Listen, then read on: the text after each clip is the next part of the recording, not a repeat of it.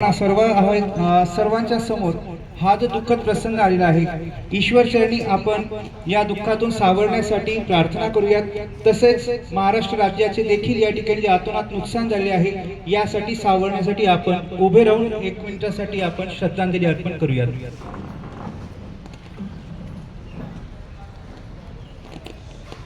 कृपया सर्वांनी स्थिर व्हायचे।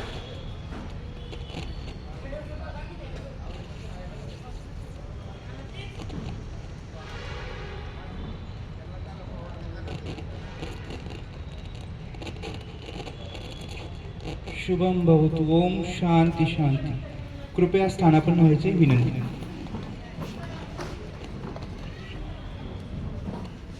आजच्या आपल्या विशेष सर्वसाधारण सभेला सुरुवात करण्यापूर्वी मी या कार्यक्रमाचे अध्यक्षस्थान सोसायटीचे चेअरमन माननीय श्री तुकारामजी नाईक साहेब यांनी करावे अशी मी त्यांना विनंती करते। आताच माननीय सचिवांनी मांडलेल्या या सूचनेस मी आपणा सर्वांच्या वतीने अनुमोदन देत आहे।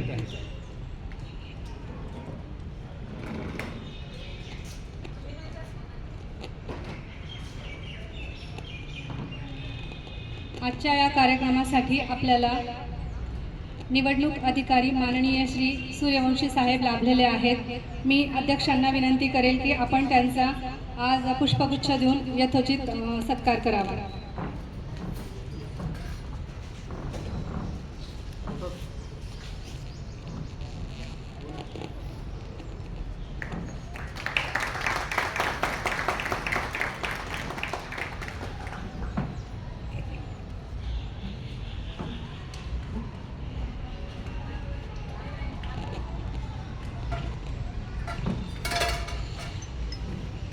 यानंतर मी आजच्या कार्यक्रमाचे अध्यक्ष नाईक साहेबांना विनंती करेल, मी आजच्या या तत्पूर्वी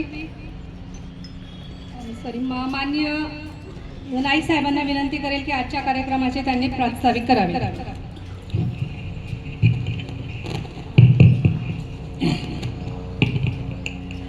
मंचावर उपस्थित आजचे आपल्या कार्यक्रमाचे प्रमुख पाहुणे आणि इथून आपल्या भवितव्याचा पूर्णपणे ज्यांच्या हातामध्ये आहे असे प्रथितयश, तेजस्वी आणि अत्यंत आपल्या कामाप्रती निपुण असणारे असे श्री ॲडव्होकेट शंकर सूर्यवंशी साहेब,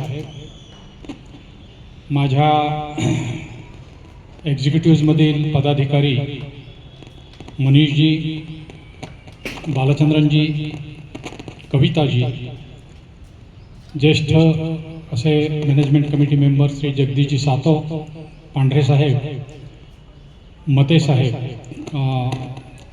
हांडे साहेब, मेहता मॅडम, दिनेशजी चिप्पा आणि नाईक साहेब, कोणाचं नाव राहिलं असेल तर तेही या ठिकाणी असतील तर त्यांनी वर यावं।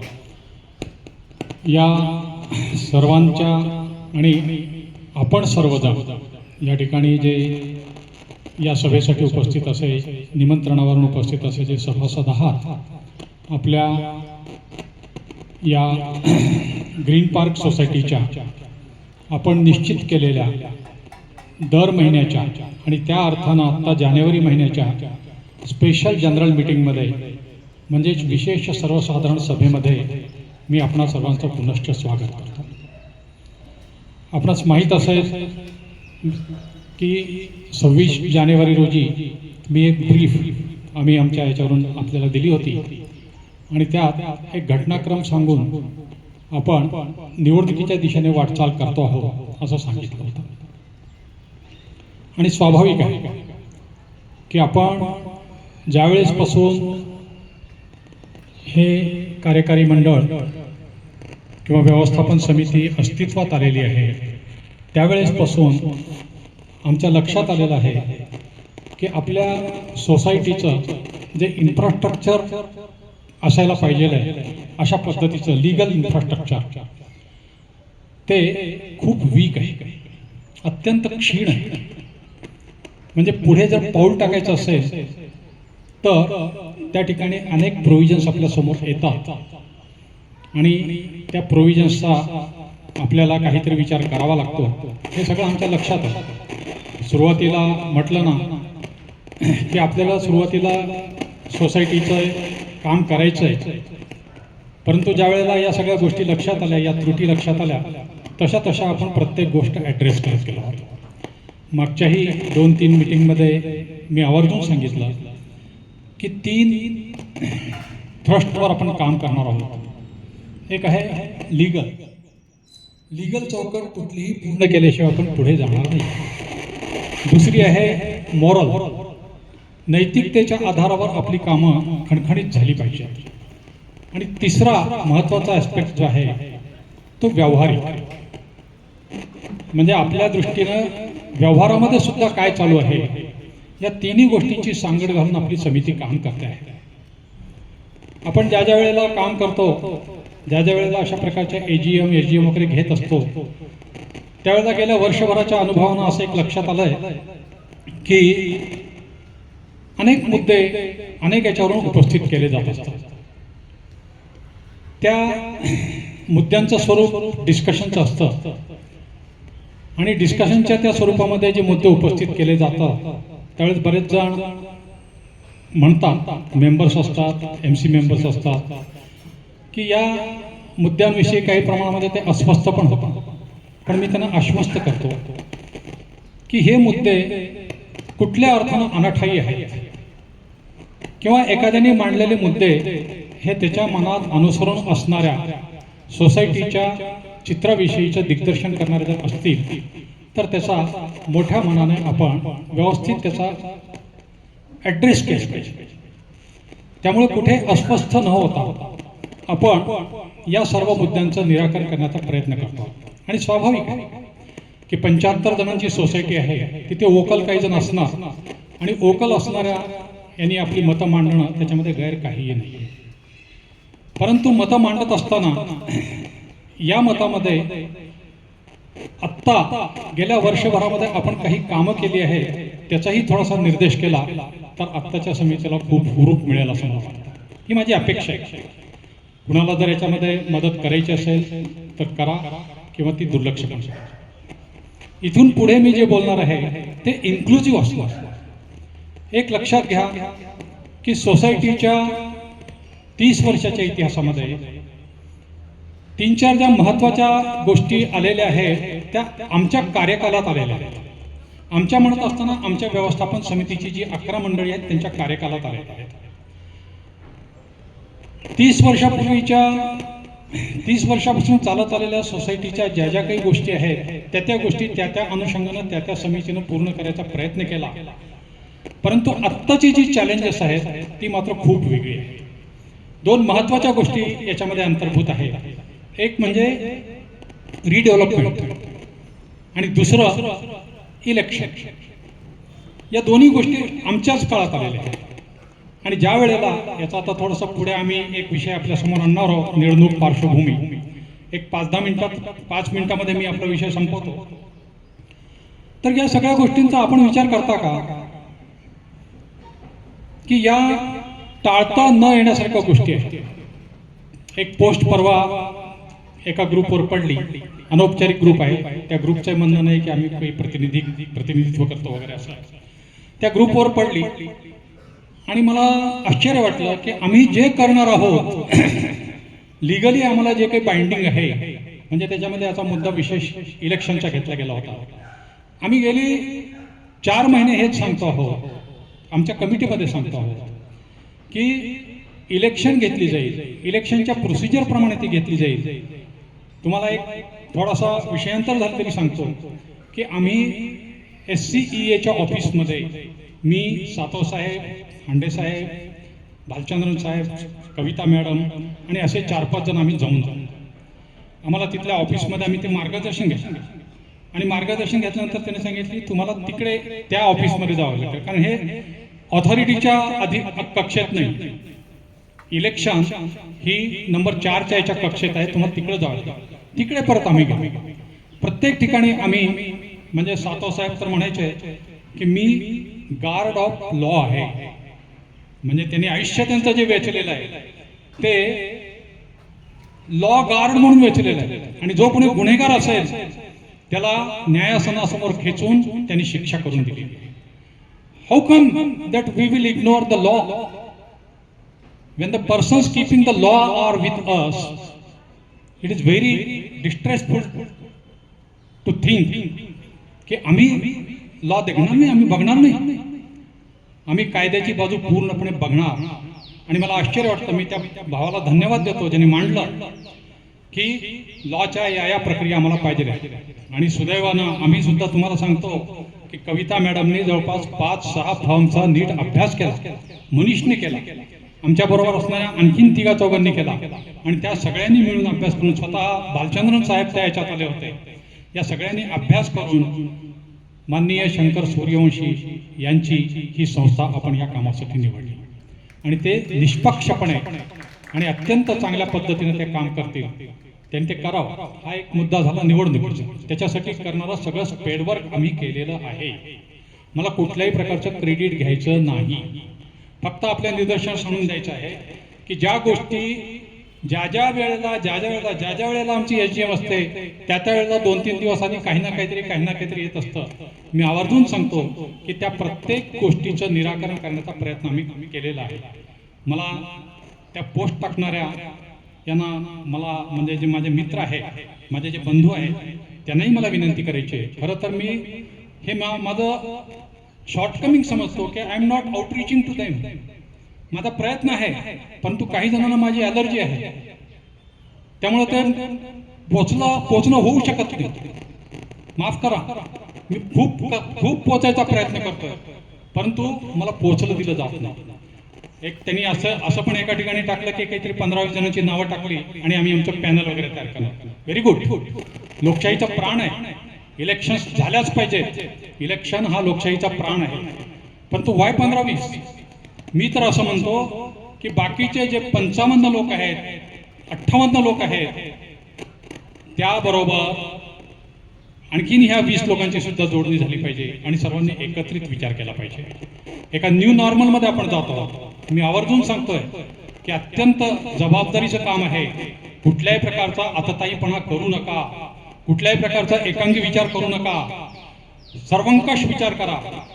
काम करणारे सगळेजण आपलेच आहेत आणि तुम्ही सुद्धा आपलेच आहात, तुम्ही सुद्धा कोणी बाहेरचे नाही आहात. मला विनंती करायची आहे की आपण सर्वांनी एकत्रित काम केलं पाहिजे. किंवा रिडेव्हलपमेंटचं काम एवढं मोठं चॅलेंजिंग आहे की त्याच्यामध्ये बाहेरची आव्हानं खूप मोठी आहेत. बाहेरची आव्हानं स्वीकारण्यासाठी मला इथले 75 लोक एकत्र असेल तरच ते शक्य आहे. निवडणूक होईल, निवडणूक होऊन जाईल, कुठला तरी मंडळ येईल. आय एम नॉट आउरी ऑफ एनी पर्सन. माझ्या जागी दुसरा कुणीही बसला तरी मी असं म्हणणार नाही की काय झालं, माझा पराभव झाला का. No no.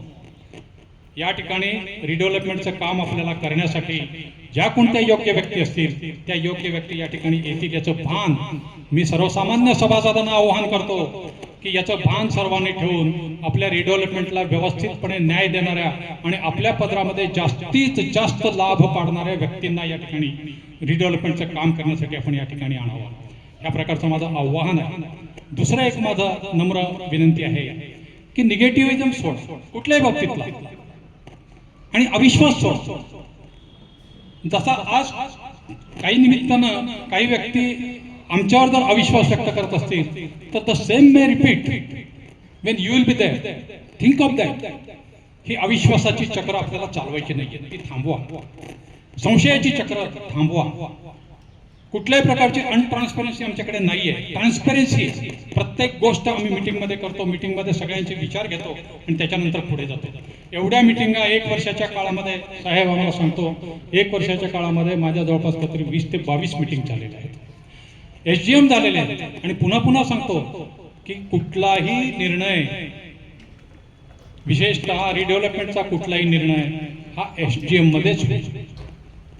तो कुठल्याही एका दुसऱ्या व्यक्तीच्या संचालनाने होणार नाही. या सगळ्या गोष्टी मी आता एक प्रास्ताविक म्हणून बोलतोय. खरं तर आजचा विषय निवडणूक आहे.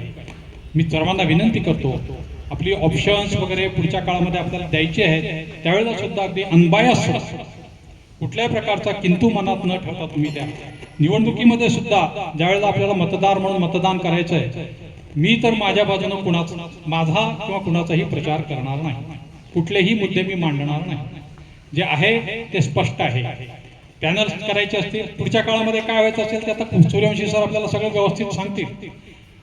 कायद्याच्या बाबतीतल्या सगळ्या बाबींची पूर्तता करण्याची जी जबाबदारी आहे इथे मी तुम्हाला ग्वाही देतो की इथे आम्ही कुठेही कमी पडणार नाही.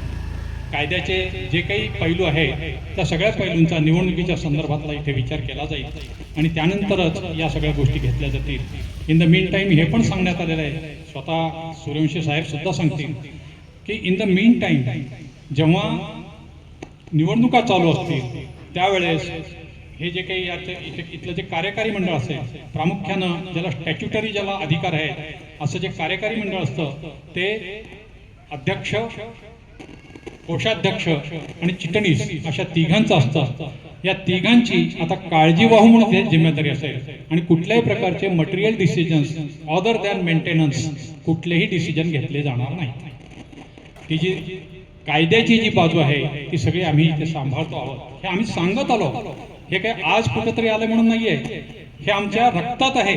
मी स्वतः एका बँकेचा CEO होतो, त्याच्या आधी एका बँकेचा मोठा DGM होतो आणि DLT पासून ते NCLT पर्यंत मी केसेस लढवलेले आहेत.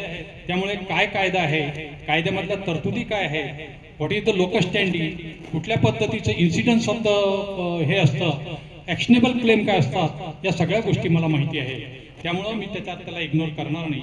आमच्याबरोबर असणारे पांढरे साहेब आहेत, हंडे साहेब आहेत आणि आमचे सातव साहेब आहेत, अन्य सगळी मंडळी मॅडम आहेत आमच्याबरोबर. या सर्वांवर आज इथे नाही आहेत त्या मेनन मॅडम पण आहेत. या सर्वांचा एका दिशेनं प्रवास चालू आहे. सगळ्यांना बरोबर घेऊन आपल्याला जायचं आहे. कुठल्याही प्रकारचा ज्याला काय म्हणतो एक प्रकारचा म्हणजे आतताईपणा आपण करू नका. भाषेमध्ये नम्रता असू द्या. आपल्याकडे लोक बघतायत, मला तुमच्याकडून खूप अपेक्षा आहे. तरुण पिढीनं पुढचं काम घ्यायचं आहे. तरुण पिढी आणि जुनी पिढी, जुन्या पिढीचा अनुभव, जुन्या पिढीमध्ये जी एक संयत्ता असते, जी शांतता असते ती, आणि तरुण पिढीचं धडाकेबाजपणा जो असतो त्या दोन्हीचं संमिलन करून आपण पुढे जाऊया. ऑप्शन कोणतं येईल ते मेजॉरिटीचं ज्याचं येईल ते येईल. ते तिथे पण आपण लोकशाहीचाच रूल अप्लाय करू. एखादा जर म्हणत असेल की नाही आम्हाला 10 जणांना हेच पाहिजे आणि हेच झालं पाहिजे म्हणतायत लोक, नाही आम्ही याच्या पलीकडे जाणार नाही, परंतु ते सगळ्यांना बंधनकारक आहे. हा पुढचा विषय आहे. या सर्व गोष्टींचा मी इथे उहापोह करतो. पुनश्च एकदा सर्वांना मी आता इथून पुढच्या एका नवीन नॉर्मलकडे आपण जातो आहोत, न्यू नॉर्मलकडे जातो आहोत. ह्या न्यू नॉर्मलकडे जाताना आणखीन एक मुद्दा मी लिहून आणलेला होता, तोच शेवटी राहतोय की आपल्याकडे चिंता करण्यासारखी जर परिस्थिती कोणती असेल तर ती इंटरपर्सनल रिलेशनशिप. 75 जणांची मी बघितलंय, मी गेला अत्यंत दुःख वाटतं की शेजारचा माणूस शेजारचा द्वेष करतो. त्याला काही थोडंसं चांगलं मिळालं की दुसरा माणूस त्याचा शेजारी थोडासा ते हे होतो. मला समजत नाही काय करायचं. कोणीतरी एक जण असणारच आहे ना, आपल्यापैकीच कोणीतरी आहे. मला कधीही खंत वाटणार नाही. पूर्वीच्या कमिटीने जर हे सगळं काम केलं असतं तर मी त्यांचं कौतुक केलं असतं, त्याच्याही पूर्वीच्या कमिटीने केलं असतं तर मी कौतुक केलं असतं. काम कुणी करावं याला मतलब नाही, काम होणं महत्वाचं आहे. आणि काम होत असताना ते जास्तीत जास्त लाभाचं काम झालं पाहिजे. जे काही पर्याय समोर येत आहेत त्या पर्यायाचा अत्यंत शांतपणाने विचार करा. कुठल्याही प्रचारामध्ये कुठल्याही एक प्रकारच्या एकांगी विचारामध्ये जाऊ नका, संशय मनात ठेवू नका. आपण पूर्ण विचार करा आणि आपल्याला असं वाटलं की हा पर्याय बरोबर आहे, तो पर्याय तुम्ही निवडा आणि त्या पर्यायाच्या बरोबर आपण चाला. सगळ्यात महत्वाची गोष्ट असेल तर मेंटेन द युनिटी. मला काहीही झालं तरी 75 लोक एका पेजवर पाहिजे. मतभेद असतील परंतु सगळ्या गोष्टींचा निर्णय एका विशिष्ट कायदेशीर प्रक्रियेमध्ये झाल्यानंतर आता हे काय झालं असं न म्हणता आपण सगळ्यांनी सहभाग घेऊन काम करूया. मी आपणा सर्वांना शुभेच्छा देतो आणि माझं हे छोटेखानी उद्बोधन जे आहे ते या ठिकाणी थांबवतो. धन्यवाद.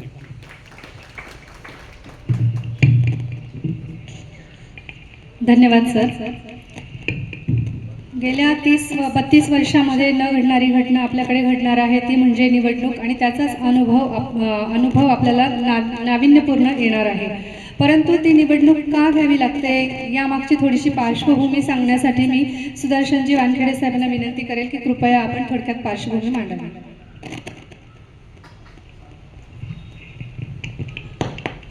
I would like to correct ही निवडणूक काय घ्यावी लागते याच्यापेक्षा आपल्या सोसायटीमध्ये पूर्वीच्या मंडळांनी ज्या पद्धतीने काम केलं त्याच्यात काय काय घडलं आणि निवडणुकीकडे कशी आपली वाटचाल झाली त्याचं विश्लेषण करण्यासाठी म्हणून पूर्वीच्या सोसायटीचे सेक्रेटरी वानखेडे आपल्यासमोर बोलतील.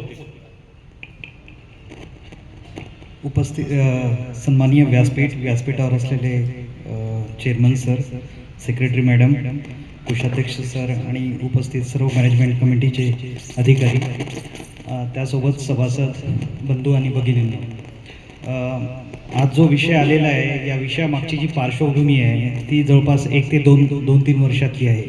अगदी जर तुम्हाला सांगायचं म्हटलं तर 2019 साली म्हणजे 2019 साली पण इलेक्शनचा हा इरा चालू होता, पण 2019 साली एक जर सर्क्युलर आलं आहे त्याच्यात 250पेक्षा कमी सोसायटीचे मेंबर्स आहेत त्यांच्यासाठी सरकारने एक जी अधिसूचना दिली होती की त्याच्यामध्ये त्यांनी सांगितलं की जनरल बॉडी मीटिंगमध्येच तुम्ही इलेक्शन्स घेऊन, कारण याचा जो खर्च आहे तो छोट्या सोसायट्यांना परवडण्यासारखा नसतो, म्हणून तुम्ही ती सोसायटीमध्ये 250 लोकांच्या याच्यामध्ये तुम्ही कमिटी स्थापित करण्यासाठी त्यांना एक्झम्पशन देण्यात आलं. जे सरांनी सांगितलेलं की SCCA state cooperative election authority.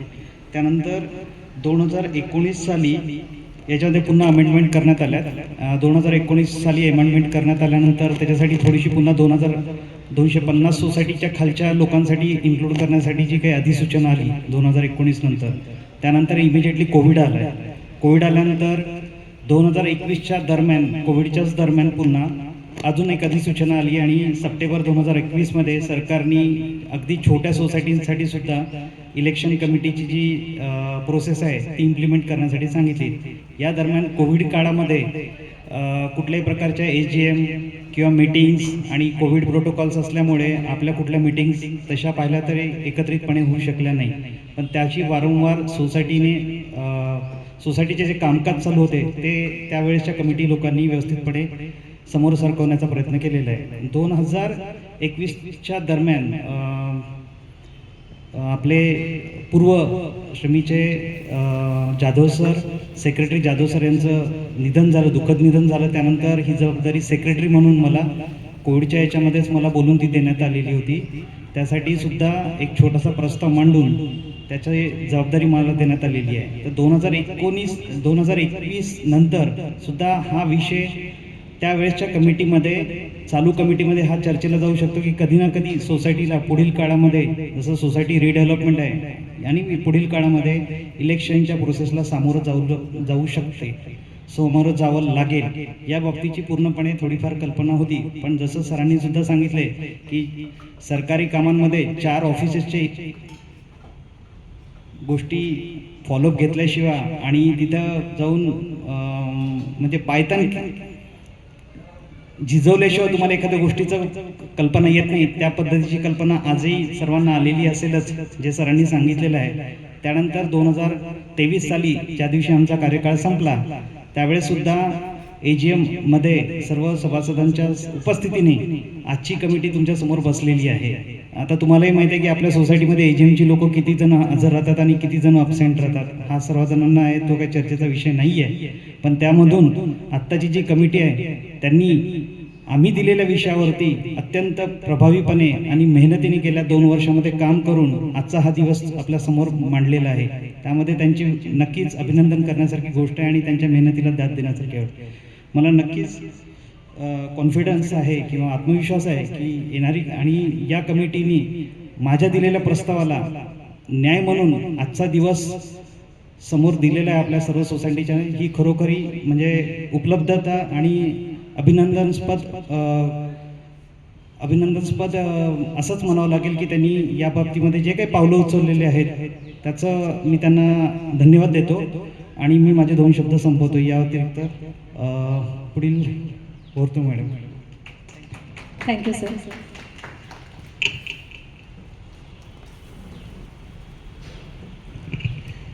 यानंतर आजच्या आपल्या मीटिंगचा मेन जो गाभा आहे तिकडे आपण वळणार आहोत. आजच्या आपल्या AGMसाठी आपले प्रमुख पाहुणे माननीय शंकरजी सूर्यवंशी साहेब हे आपल्याला मार्गदर्शन करणार आहेत. मी त्यांना विनंती करेल की इथून पुढे आपण मार्गदर्शन करा. आणि सर्व व्यवस्थापन मंडळाला माझी विनंती असेल की आपण खाली स्थानापन्न व्हायचं आहे.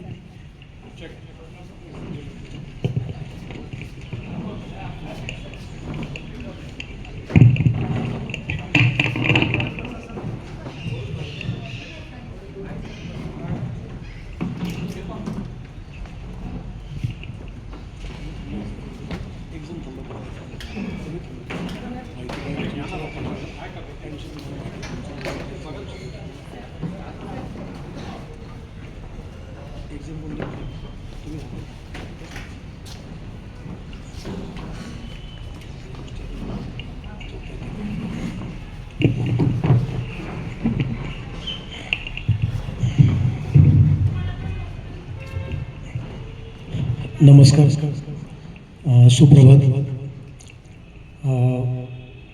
अर्धा पाऊण तास सेशन चालणार आहे, त्यामुळं उभा राहत नाही, तुमच्यासारखाच बसून बोलतो.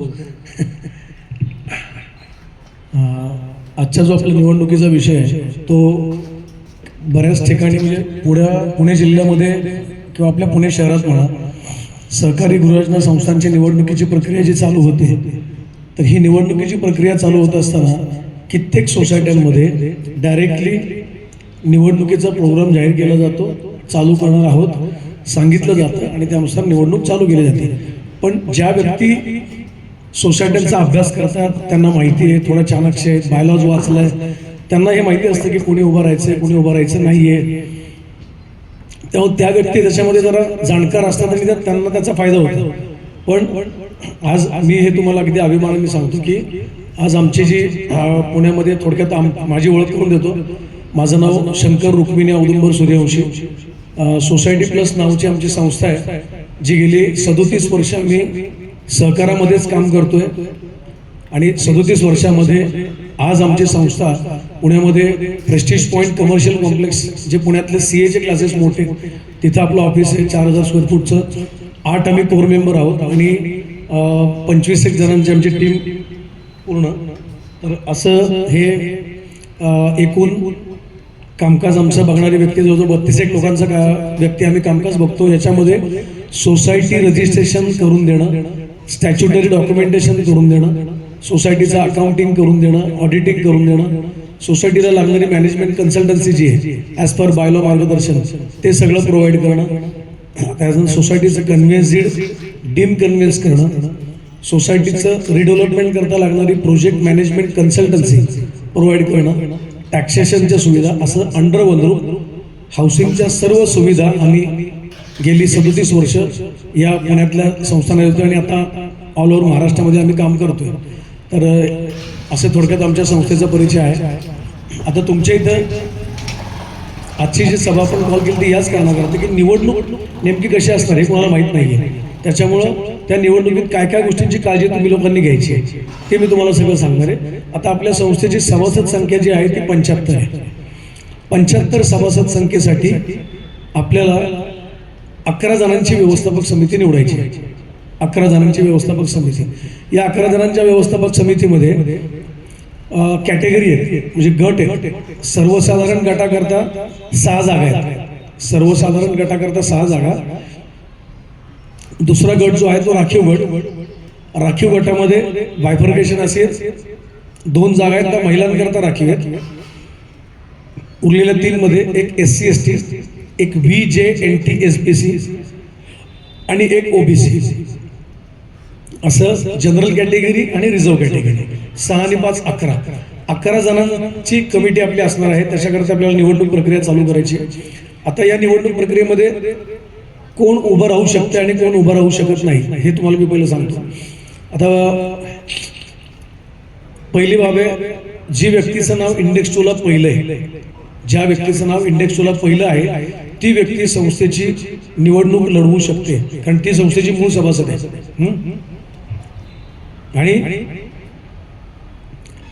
ती व्यक्ती संस्थेची मूळ सभासद म्हणून गणली जाईल. आणि त्याच्यामध्ये समजा दुसऱ्या व्यक्तीला, म्हणजे इंडेक्स 2 ला दुसरं नाव एखाद्या व्यक्तीचं आहे किंवा कुटुंबातल्या इतर व्यक्तीचं नाव नाही आहे, पण ज्याचं नाव इंडेक्स 2 ला दुसरं, तिसरं, चौथं असेल तर ती व्यक्ती जॉईंट मेंबर म्हणून गणली जाते. जॉईंट मेंबर, सहसभासद. तिसरं आहे असोसिएट मेंबर, म्हणजे इंडेक्स 2 ला नाव नाही, परंतु कुटुंबामधले आहे, आई वडिलांच्या व्यतिरिक्त मुलं मुली त्यांचे आहेत, त्यांचं नाव इंडेक्स 2 ला नाही, पण त्यांना कमिटीवर यायचं असेल तर त्यांना आपण असोसिएट मेंबर आपण संबोधतो. चौथं आहे मूळ सभासद एक्सपायर झाला आहे आणि तो एक्सपायर झाल्यानंतर त्याच्या कुटुंबातल्या वारसांनी त्यांच्या नावावर शेअर ट्रान्सफर करून घेतलेले नाही आहेत, तर त्यांच्या एकूण वारसांपैकी कोणातरी एका व्यक्तीला ते अधिकार दिले जातात. त्या व्यक्तीला म्हणतात प्रोव्हिजनल मेंबर, म्हणजे तात्पुरता सदस्य. मूळ मेंबर, ओरिजिनल मेंबर ज्याला अधिकार आहेत, त्याच्यानंतर जॉईंट मेंबर म्हणजे सहसभासद, असोसिएट मेंबर सहयोगी सभासद, प्रोव्हिजनल मेंबर तात्पुरता सदस्य. या तिघांना कोणाला तरी जर शेअर ट्रान्सफर राईट्स द्यायचे असतील निवडणुकीचे, तर तात्पुरत्या सदस्याचे सोडून जॉईंट मेंबर आणि असोसिएट मेंबरला A5 हा असोसिएट मेंबरचा फॉर्म भरून देणं गरजेचं आहे मूळ सभासदांनी आणि असोसिएट मेंबरनी. त्याच्यानंतर कमिटीवर काम करायला यायचं असेल तर मूळ सभासदाचं अंडरटेकिंग 10A हे भरून दिलं गेलं पाहिजे आणि मग त्याला मंथली मीटिंगमध्ये मंजुरी मिळाल्यानंतर हे जे 4 व्यक्ती सांगितल्यात, मूळ मेंबर, सहसभासद, सहयोगी सभासद आणि प्रोव्हिजनल मेंबर, ह्या चौघांपैकी कुणीतरी एक व्यक्ती त्या कुटुंबाचं प्रतिनिधित्व करू शकतो. एका टेनामेंटचा, एका सदनिकेचा, एका फ्लॅटचा, म्हणजे एका फ्लॅटमधून कुणीतरी एक व्यक्ती होऊ शकते या 4 पैकी. आता आपल्या इथं जी तुमच्या समितीबरोबर चर्चा झाली त्याच्यामध्ये असं कळालं की तुमच्या इथं 30 वर्षामध्ये ज्या काही ट्रान्झॅक्शन झाल्या, म्हणजे पहिला फ्लॅट Aचा होता, नंतर Bचा झाला, नंतर Cचा झाला, Dचा झाला, आता D एक्सपायर झालाय, तर या केसमध्ये पेपर वर्क केलेलं आहे की नाही मला माहित नाहीये, तर ते एकदा चेक करावं लागणार आहे. कारण ॲज पर बायलॉ नंबर 38 हक्क सोड, रिलीज डीड, त्याच्यानंतर गिफ्ट डीड आणि रेग्युलर विक्री याच्याकरता 38 आणि मयत वारस नोंदी करता बायलॉज नंबर 34 नुसार जर अशा काही ट्रान्झॅक्शन झाले असतील तर त्याच्याकरता तुम्हाला नावात बदल करण्याकरता शेअर ट्रान्सफर सेट भरून द्यावा लागतो, ज्याच्यावर 38 नुसार घेणार देणार दोघांच्या सह्या येतात. मयत वारस नोंदीमध्ये त्यांच्या वारसांचे काही फॉर्म्स असतात, ते दिल्यानंतर त्याला मंथली मीटिंगमध्ये मंजुरी दिली जाते आणि मग त्या व्यक्तीचं नाव आपण इन्क्लूड करू शकतो. तर या बाबी करता आणि A5 आणि 10A जे तुम्हाला आता अधिकार बदलायचे असतील तर कुटुंबातल्या व्यक्तींचे, मिस्टरांना आत्ता आधी वेळ नाहीये म्हणून त्यांनी मिसेसला अधिकार द्यायचा असेल तर A5 10A हा द्यावा लागेल. दोघांनाही वेळ नाहीये, मुलाला किंवा मुलीला अधिकार द्यायचे तर त्या दोघांपैकी कोणीतरी एकाने असोसिएट मेंबरचा फॉर्म भरला पाहिजे. 10A कमिटीवर यायचं असेल तर अंडरटेकिंग हे दिलं पाहिजे. 100 रुपये प्रवेश फी दिली पाहिजे. आणि जे मयत वारस नोंदीसाठी सभासद एक्सपायर झालाय परंतु नावावर केलेलं नाहीये, तर त्या केसमध्ये त्यांच्या कुटुंबातले एकूण जेवढे माणसं आहेत ना त्या प्रत्येकाने एक ऍप्लिकेशन करायचं त्यांनी. त्याच्यामध्ये आमच्या संस्थे या सदनिकेचे सभासद सो अँड सो यांचे दुःखनिर्देशन झाले असून आम्ही अजून वारस नोंद केली नाही, तरी आमच्या या 4 व्यक्तींपैकी या व्यक्तीला आम्ही प्रोव्हिजनल मेंबर म्हणून जाहीर करत आहोत. किंवा आता आपण जो कालावधी देणार आहे 7 दिवसांचा, 10 दिवसांचा, तुम्ही सांगायचं त्यानुसार आपण देतो. त्याच्यामध्ये जे मी सांगितले की ज्यांचे शेअर ट्रान्सफर करायचे राहिले त्यांनी ट्रान्सफरचे फॉर्म तयार करून घ्यायचे, त्याशिवाय अधिकार प्राप्त होणार नाहीत. तसंच A5 10A तेही आता भरून द्यायचे. मयत वारस नोंदीचे कोणाचे केसेस असतील तर त्यांनी सुद्धा ते फॉर्म जर आता भरून दिले तर त्यांचं नाव डायरेक्टली ट्रान्सफर होऊ शकते. मग तिथं प्रोव्हिजनल मेंबरला फक्त आणि फक्त मतदान करण्याचा अधिकार आहे, त्याला उभं राहण्याचा अधिकार नाही. एक एक गोष्टी आपण क्लिअर करू. तुमच्या शंका असतील तर तुम्ही लगेच विचारल्या तरी चालतील. ही गोष्ट क्लिअर झाली तुमची. आता नावात बदल करण्यासाठी तुम्हाला 10 दिवस द्यायचे. ज्यांचं कोणाचं विक्री झालंय, गिफ्ट डीड झालंय, रिलीज डीड झालंय, सभासद एक्सपायर झाले, त्यांनी तुमची नावं चेंज करून घ्या. यात काही शंका वाटली माझा नंबर ग्रुपला शेअर करायला सांगतो, मला फोन करा, तुम्हाला मी त्याचं उत्तर देतो. कारण प्रत्येकाची केस ही वेगळी असणार आहे. हा पहिली बाब क्लिअर आहे. ठीक आहे.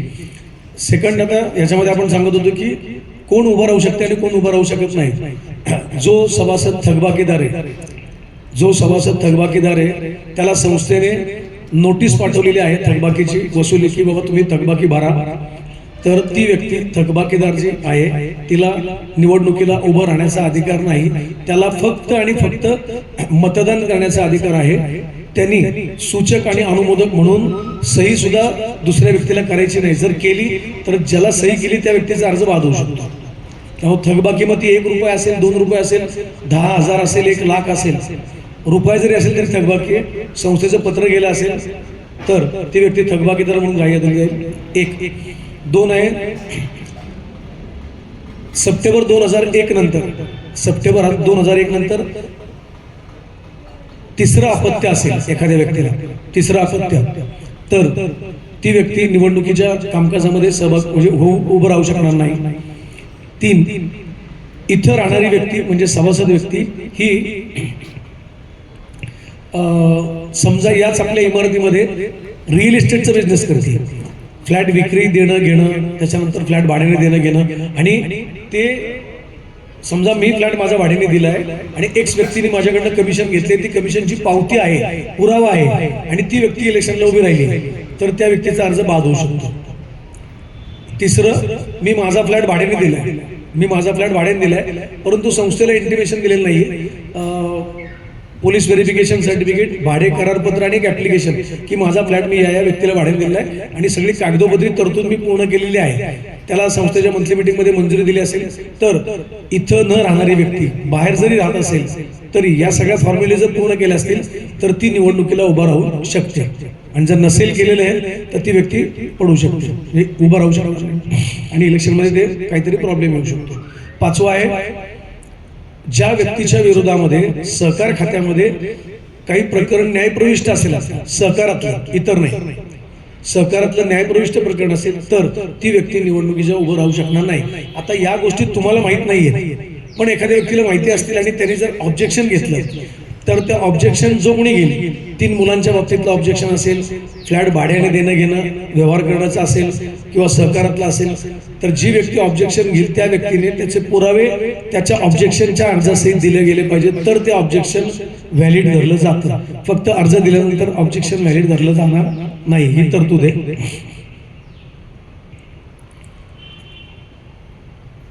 हा पाठ कळाला? याच्यात कोणाला काही शंका नाही? आता आपण पहिलं सांगितलं की तुम्हाला उमेदवाराचे अधिकार बदलायचे असतील तर ते बदलून घेणं. दुसरं आहे कोण उभा राहू शकत नाही, उभा राहू कोण शकते ते, किंवा ज्याचं नाव उमेदवार फायनल वोटर लिस्टला ज्याचं नाव येणार आहे. आता आपण सुरुवात करतोय, पहिली तुमची नुसती लिस्ट लागणार, त्या लिस्टमध्ये आपण सांगणार की ज्यांना नावात बदल करून घ्यायचे, गिफ्ट डीड वगैरे सो अँड सो, प्रत्येक गोष्टीचं आपण हे लावणार आहे, माहितीपत्रक लावणार आहे तुमच्या नोटीस बोर्डवर आणि व्हॉट्सअप ग्रुपवर टाकलं जाणार आहे. त्यामुळे तसं काही प्रॉब्लेमचा प्रश्न नाही. आणि हे सगळे चेंजेस झाल्यानंतर मग 10 दिवसानंतर प्रारूप मतदार यादी लावली जाते. त्याच्यामध्ये माझ्या नावावर फ्लॅट आहे परंतु माझ्या मिसेसचं नाव लावलं गेले तर एक्स पर्सननी ऑब्जेक्शन घेतलं, किंवा असं जे काही नावासंदर्भात तुम्हाला एखाद्याविषयी नावाच्या सभासदाच्या नावाविषयी तुम्हाला शंका असेल तर तुम्ही ऑब्जेक्शन घेऊ शकता. त्यासाठी आपण प्रारूप मतदार यादी लावली. त्याच्यानंतर 10 दिवसानंतर आपली अंतिम मतदार यादी फायनल होते. अंतिम मतदार यादीमध्ये ज्याचं नाव असेल त्यालाच मतदान प्रक्रियेमध्ये सहभागी होता येईल, इतर कोणालाही होता येणार नाही. हे गोष्ट लक्षात घ्या. त्यामुळं अर्ज भरताना अर्ज काळजीपूर्वक भरायचा आहे आणि तो अंतिम मतदार यादीमध्ये ज्यांची नावं आहेत ना ती नावाले पाहिजे. नाही तर काय माझ्या कॉन्टॅक्टमध्ये आता समजा एक्स पर्सन आहेत, मला वाटलं हा माणूस सभासद आहे, मी नाव लिहिलं आणि सूचकांमधून दिलं, पण फायनल यादीला बघितलं तर नाव होतं मिस्टरांचं. मग प्रॉब्लेम क्रिएट झाला, अर्ज बाद होऊन जाणार तुमचा. तर हे झालं. 11व्या दिवशी आपण फायनल मतदार यादी जेव्हा लावतो त्यावेळेस निवडणुकीचा प्रोग्रामही लावतो.